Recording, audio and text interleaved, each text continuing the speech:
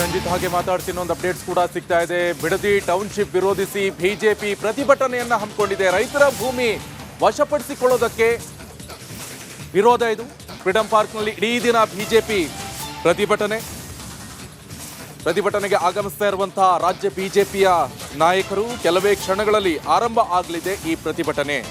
ನೋಡಿ, ಬಿಡದಿ ಟೌನ್ಶಿಪ್ ವಿರೋಧಿಸಿ ಬಿಜೆಪಿಯ ಪ್ರತಿಭಟನೆ ಇದು. ರೈತರ ಭೂಮಿಯನ್ನ ವಶಪಡಿಸಿಕೊಳ್ಳೋದಕ್ಕೆ ವಿರೋಧ. ಫ್ರೀಡಂ ಪಾರ್ಕ್ನಲ್ಲಿ ಇಡೀ ದಿನ ಬಿಜೆಪಿ ದೊಡ್ಡ ಮಟ್ಟದ ಪ್ರತಿಭಟನೆಗೆ ಸಾಕ್ಷಿಯಾಗ್ತಾ ಇದೆ. ಪ್ರತಿಭಟನೆಗೆ ಆಗಮಿಸ್ತಾ ಇದ್ದಾರೆ ರಾಜ್ಯ ಬಿಜೆಪಿಯ ನಾಯಕರು. ಇನ್ನೇನು ಕೆಲವೇ ಕ್ಷಣದಲ್ಲಿ ಈಗ ಪ್ರತಿಭಟನೆ ಶುರುವಾಗುತ್ತೆ. ಇವತ್ತು ಫ್ರೀಡಂ ಪಾರ್ಕ್ನಲ್ಲಿ ಬಿಜೆಪಿ ನಾಯಕರು ದೊಡ್ಡ ಮಟ್ಟದ ಧರಣಿಯನ್ನ ನಡೆಸೋಕೆ ಸಿದ್ಧರಾಗಿದ್ದಾರೆ. ಜೊತೆಗೆ ಬಿಜೆಪಿಯ ರಾಜ್ಯಾಧ್ಯಕ್ಷ ಬಿ.ವೈ. ವಿಜೇಂದ್ರ, ಜೊತೆಗೆ ವಿಪಕ್ಷ ನಾಯಕ ಆರ್ ಅಶೋಕ್ ಅವರ ನೇತೃತ್ವದಲ್ಲಿ ನಡೆಯುವಂತ ಪ್ರತಿಭಟನೆ ಇದೆ. ಈ ಬಗ್ಗೆ ಮಾಹಿತಿ ಕೊಡ್ತಾರೆ ನನ್ನ ಕಲೀಗ್ ಚಂದ್ರು. ನೇರ ಸಂಪರ್ಕದಲ್ಲಿ ಜಾಯ್ನ್ ಆಗ್ತಿದ್ದಾರೆ.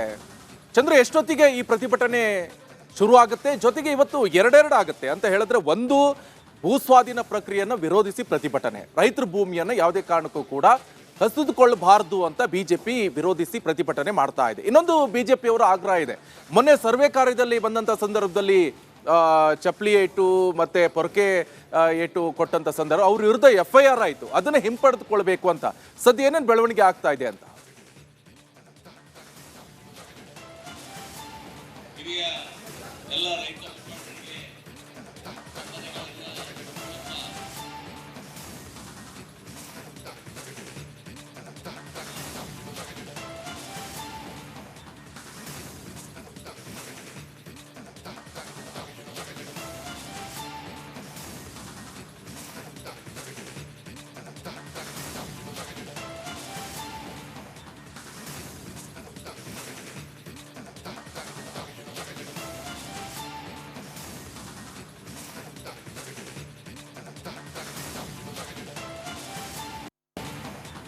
ನೋಡಿ, ಇಲ್ಲಿ ಸದ್ಯ ಯಾವ ರೀತಿಯಾದಂತಹ ಪ್ರತಿಭಟನೆಗೆ ಸಾಕ್ಷಿ ಆಗ್ತಾ ಇದೆ ಅಂತ ನಾವೆಲ್ಲರೂ ಕೂಡ ನೋಡ್ತಾ ಇದ್ವಿ. ಒಂದು ಕಡೆ ರೈತ ಮಹಿಳೆಯರು ಕೂಡ ಈ ಪ್ರತಿಭಟನೆಯಲ್ಲಿ ಭಾಗಿಯಾಗ್ತಾ ಇದ್ದಾರೆ. ಮೊನ್ನೆ ಅಷ್ಟೇ ನೋಡಿದ್ವಿ, ಸರ್ವೆ ಬಂದಂಥ ಸಂದರ್ಭದಲ್ಲಿ ಯಾವ ರೀತಿಯಾದಂಥ ಉಗ್ರ ಹೋರಾಟವನ್ನು ತಳೆದಿದ್ದಾರೆ ಅಂತ. ಸಂದರ್ಭದಲ್ಲಿ ಸರ್ವೆ ಅಧಿಕಾರಿಗಳ ವಿರುದ್ಧ ಸಾಕಷ್ಟು ಆಕ್ರೋಶ ವ್ಯಕ್ತವಾಯಿತು. ಆ ಸಂದರ್ಭದಲ್ಲಿ ರೈತರ ವಿರುದ್ಧ ಕೇಸ್ ಕೂಡ ದಾಖಲಾಯಿತು.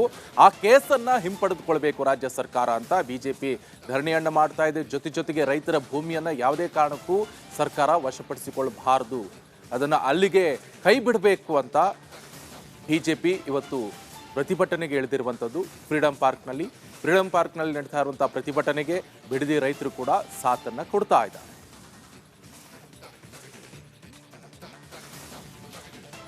ನೋಡಿ, ಸದ್ಯ ಏನೇನು ಆಗ್ತಾ ಇದೆ, ಡೆವಲಪ್ಮೆಂಟ್ ಇದೆ ವಿಚಾರಕ್ಕೆ ಸಂಬಂಧಪಟ್ಟಂತೆ ನಾವೆಲ್ಲರೂ ಕೂಡ ದಿನನಿತ್ಯ ನೋಡ್ತಾ ಇದ್ವಿ. 400 ಪ್ರತಿಭಟನೆಯನ್ನು ಹಮ್ಮಿಕೊಂಡಿರ್ತಕ್ಕಂಥದ್ದು ಬಿಡದಿ ಟೌನ್ಶಿಪ್ ಅನ್ನ ಕೈ ಬಿಡಬೇಕು ಅನ್ನುವಂಥದ್ದು ಪ್ರಮುಖವಾಗಿ ರಾಜ್ಯ ಸರ್ಕಾರ ಕಳೆದ ಹಲವು ದಿನಗಳಿಂದ ಏನು ಭೂ ಸ್ವಾಧೀನ ಪ್ರಕ್ರಿಯೆಯು ಕೂಡ ಮುಂದಾಗಿರ್ತಕ್ಕಂಥದ್ದು. ಈ ಬಗ್ಗೆ ಇವತ್ತು ಈಗಾಗಲೇ ರೈತರು ಅಧಿಕಾರಿಗಳು ಏನ್ ಸರ್ವೆ ಮಾಡಕ್ ಹೋಗಿದ್ರು ಅದನ್ನ ವಿರೋಧಿಸಿ ಬಹಳಷ್ಟು ದೊಡ್ಡ ಮಟ್ಟದಲ್ಲಿ ಸಂಘರ್ಷವನ್ನು ಕೂಡ ಮಾಡ್ಕೊಂಡಿದ್ರು.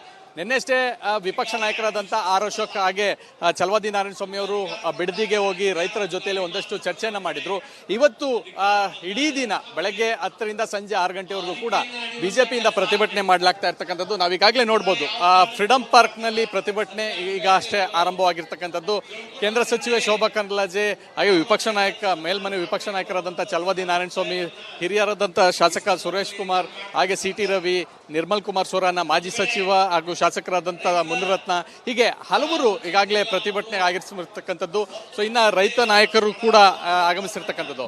ಇದರ ನಡುವೆ ಬಿಜೆಪಿ ಮಾಡ್ತಾ ಇರ್ತಕ್ಕಂಥ ಪ್ರತಿಭಟನೆಗೆ ಬಿಡದಿ ರೈತರು ಕೂಡ ಬೆಂಬಲವನ್ನು ಕೊಟ್ಟಿರ್ತಕ್ಕಂಥದ್ದು. ವೇದಿಕೆಯ ಬಲಭಾಗ ಮತ್ತು ಎಡಭಾಗ ಎರಡೂ ಕಡೆ ಕೂಡ ಬಿಡದಿಯಿಂದ ಬಂದಿರತಕ್ಕಂಥ ರೈತರಿಗೆ ಕೂರ್ಲಿಕ್ಕೆ ಅವಕಾಶವನ್ನು ಮಾಡಿಕೊಟ್ಟಿರ್ತಕ್ಕಂಥದ್ದು. ಪ್ರಮುಖವಾಗಿ ನೋಡೋದಾದ್ರೆ ಬಿಡದಿಯಲ್ಲಿ ಈಗಾಗಲೇ ಕಳೆದ 1.5 ವರ್ಷಗಳಿಂದ ಅಂದ್ರೆ 450ಕ್ಕೂ ಹೆಚ್ಚು ದಿನಗಳಿಂದ ಈಗಾಗಲೇ ಪ್ರತಿಭಟನೆಯನ್ನ ಮಾಡ್ತಾ ಇದ್ರು.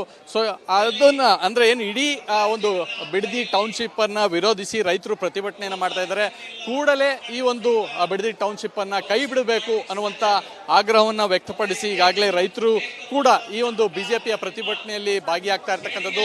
ಸಂಪೂರ್ಣ ಬೆಂಬಲವನ್ನ ಬಿಜೆಪಿಗೆ ಕೊಟ್ಟಿರ್ತಕ್ಕಂಥದ್ದು. ಈಗಾಗಲೇ ಹಲವು ರೀತಿಯಾದಂಥ ಪ್ರತಿಭಟನೆಗಳನ್ನು ಮಾಡ್ತಾ ಇದ್ದಾರೆ. ನಮ್ಮ ಪರವಾಗಿ ಬಿಜೆಪಿ ನಿಂತಿದೆ, ಹಾಗಾಗಿ ನಾವು ನಮ್ಮ ಹಕ್ಕಿಗಾಗಿ ಹೋರಾಟವನ್ನು ಮಾಡ್ತಾ ಇದ್ದೀವಿ, ಜೊತೆಗೆ ಕೈ ಜೋಡಿಸೋಣ ಅನ್ನುವಂಥ ನಿಟ್ಟಿನಲ್ಲಿ ರೈತರು ಕೂಡ ಈಗಾಗಲೇ ಈ ಒಂದು ಪ್ರತಿಭಟನೆಗೆ ಆಗಮಿಸಿರ್ತಕ್ಕಂಥದ್ದು. ಸೊ ಇನ್ನು ಪ್ರಮುಖವಾಗಿ ಬಿಜೆಪಿ ರಾಜ್ಯಾಧ್ಯಕ್ಷ ಆದಂಥ ವಿಜೇಂದ್ರ ಅವರು ಹಾಗೆ ವಿಪಕ್ಷ ನಾಯಕ ಆರ್ ಅಶೋಕ್ ಕೂಡ ಇನ್ನೇನು ಕೆಲವೇ ಕ್ಷಣಗಳಲ್ಲಿ ಈ ಒಂದು ಪ್ರತಿಭಟನೆಗೆ ಆಗಮಿಸ್ತಾರೆ. ಸೊ ಒಟ್ಟಾರೆಯಾಗಿ ನೋಡೋದಾದ್ರೆ ಬಿಡದಿ ಟೌನ್ಶಿಪ್ ಯೋಜನೆಯನ್ನ ಕೈ ಬಿಡಬೇಕು, ಭೂಸ್ವಾಧೀನ ಪ್ರಕ್ರಿಯೆ ಅಧಿಸೂಚನೆ ಏನಿದೆ ಅದನ್ನು ಕೂಡಲೇ ವಾಪಸ್ ಪಡಿಬೇಕು ಅನ್ನುವಂಥ ನಿಟ್ಟಿನಲ್ಲಿ ಇವತ್ತು ಪ್ರತಿಭಟನೆಗೆ ಮುಂದಾಗ್ತಾ ಇರ್ತಕ್ಕಂಥದ್ದು. ಸೊ ಇಡೀ ದಿನ ಸರ್ಕಾರದ ಗಮನವನ್ನು ಸೆಳೆಯುವಂಥ ನಿಟ್ಟಿನಲ್ಲಿ ಪ್ರತಿಭಟನೆ ನಡೆಯುತ್ತೆ. ಸೊ ಹಾಗಾಗಿ ಮುಖ್ಯಮಂತ್ರಿಗಳು ದೆಹಲಿ ಪ್ರವಾಸದಲ್ಲಿದ್ದಾರೆ, ಆದರೂ ಕೂಡ ಅವ್ರಿಗೆ ಈ ಒಂದು ವಿಚಾರ ತಲುಪಬೇಕು ಅನ್ನುವಂಥದ್ದು ಈಗಾಗಲೇ ಬಿಜೆಪಿ ಜೆಡಿಎಸ್ ಎರಡೂ ಕೂಡ ಒಟ್ಟಾಗಿ ಈ ಒಂದು ಬಿಡದಿ ಹೋರಾಟವನ್ನು ಕೈಗೆತ್ತಿಕೊಂಡಿರ್ತಕ್ಕಂಥದ್ದು. ಈಗಾಗಲೇ ಕುಮಾರಸ್ವಾಮಿ ಅವರು ಕೂಡ ಬಿಡದಿ ಏನು ಯೋಜನೆಯನ್ನ ಕೈ ಬಿಡಬೇಕು, ಹಿಂದೆಯೂ ಕೂಡ ನಾನು ಕೈ ಬಿಟ್ಟಿದ್ದೆ ಅನ್ನುವಂಥದ್ದು. ಮತ್ತೊಂದು ಕಡೆ ಮುಖ್ಯಮಂತ್ರಿಗಳು ಈ ಯೋಜನೆ ಕುಮಾರಸ್ವಾಮಿ ಅವರ ಕನಸು, ಅದನ್ನು ನಾನು ಫಾಲೋ ಮಾಡ್ತಾ ಇದ್ದೀನಿ, ಈ ರೀತಿಯಾದಂಥ ಬಿಡದಿ ಯೋಜನೆ ನೇರವಾಗಿ ವೈಯಕ್ತಿಕ ಸಂಘರ್ಷಕ್ಕೆ ಕಾರಣವಾಗಿದೆ. ಸೊ ಹೀಗಾಗಿ ಒಟ್ಟಾರೆಯಾಗಿ ಇಡೀ ದಿನ ಪ್ರತಿಭಟನೆ ಮಾಡೋ ಮೂಲಕ ಈ ಯೋಜನೆ ಕೈ ಬಿಡೋದಕ್ಕೆ ಇವತ್ತು ನಿರ್ಧಾರವನ್ನು ಮಾಡ್ತಾ ಇರ್ತಕ್ಕಂಥದ್ದು.